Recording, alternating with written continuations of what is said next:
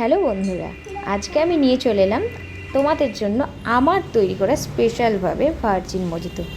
তোমরা রেস্টুরেন্টে বা ক্যাফে গিয়ে কীভাবে মজিতোটা খেয়েছো আমি জানি না, বাট আমি একটু অন্যরকমভাবেই করার চেষ্টা করছি। প্রথমে সাদা নুন দিয়েছিলাম, মানে যেটাকে বলে বিট নুন।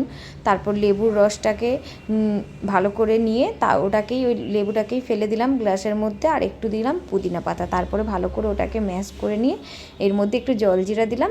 তোমরা পারলে নাও দিতে পারো, আমার কাছে তুলসী পাতাটা ছিল না তাই আমি দিতে পারলাম না। তারপরে আমি স্প্রাইটটা দিলাম। তারপরে যে টেস্টটা হয়েছিল, তোমরা না বানিয়ে খেলে নিজেরাও বুঝতে পারবে না যে টেস্টটা কেমন হয়েছিল। সো আমার তো খুব খুব ভালো লেগেছে।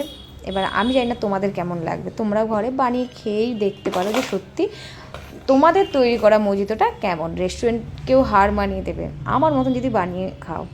আর ব্যাকগ্রাউন্ড যে মিউজিকটা আসছে মানে ওই গাড়ির, ওটাকে ইগনোর করবে, কারণ আমি দিনের বেলায় ভয়েস